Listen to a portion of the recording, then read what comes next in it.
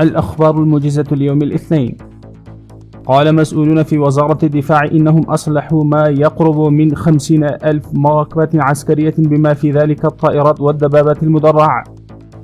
قال وزير داخلية خليفة سراج الدين حقاني في كلمة ألقاها إلى أهالي أورزغان، وقال إن البلاد تتجه الآن نحو التنمية وأعمال البناء تجري بسرعة في جميع أنحاء البلاد، ونؤكد لأهالي أورزغان أن جميع الأعمال التي يحتاجونها ستبدأ في مجالات الصحة والتعليم والطرق السريعة والسدود وغيرها.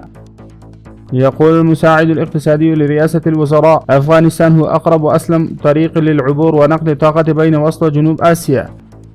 قامت محاكم مقاطعة بغلان بحل 4616 قضية بالإضافة إلى إصدار 4371 وثيقة مختلفة خلال العام 1401.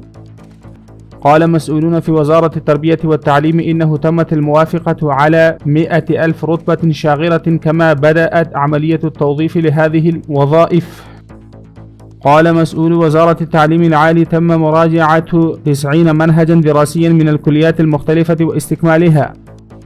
قال المدير العام لشركة أفغانتور الحكومية إن 27,000 سائح قدموا إلى أفغانستان بغض السياحة عام 1401. وأضاف المولوي محمد نبي بهاء تم جمع 67 مليون أفغاني من السياحة في العام الماضي.